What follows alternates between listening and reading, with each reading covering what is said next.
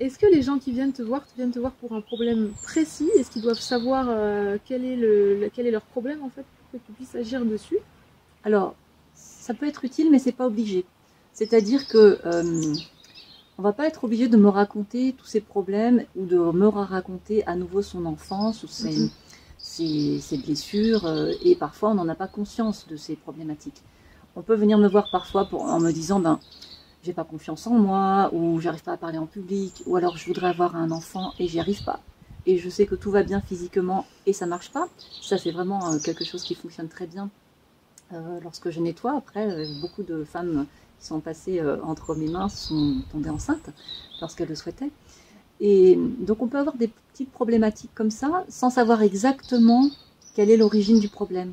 Et en fait, on n'est pas obligé de me raconter sa vie pendant la séance. C'est moi qui vais trouver ce qui bloque, ce qui se passe, quels sont les conditionnements successifs qui se sont accumulés et qui ont fait que y a certaines choses qui ne se passent pas comme on voudrait. Des fois, c'est juste un mal-être. Parfois, il y a des personnes qui sont en dépression.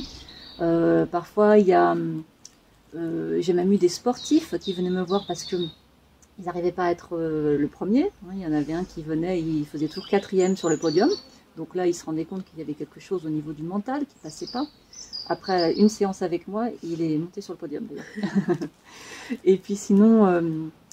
il y a des personnes qui veulent juste se sentir mieux et qui ne savent pas parce qu'on a tellement accumulé parfois de conditionnements, mais aussi parce qu'on s'est tellement peu écouté, on nous a tellement appris à ne pas écouter notre enfant intérieur qu'on s'est créé beaucoup de conditionnements et on ne sait plus pourquoi ça ne va pas.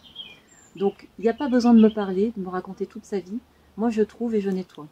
Et après, une fois que j'ai fait un peu ce gros balayage, je dirais, que j'ai enlevé les gros moutons, les grosses poussières, puis les petits, et puis après les petits grains de poussière. Après, on peut voir si sur le sol, il ne reste pas quelques taches. Et là, je vais aller compléter pour aller nettoyer un truc très précis en utilisant différents outils. Et là, la personne peut voir surgir parfois quelque chose de très précis qu'elle avait parfois oublié, qu'on va aussi aller nettoyer.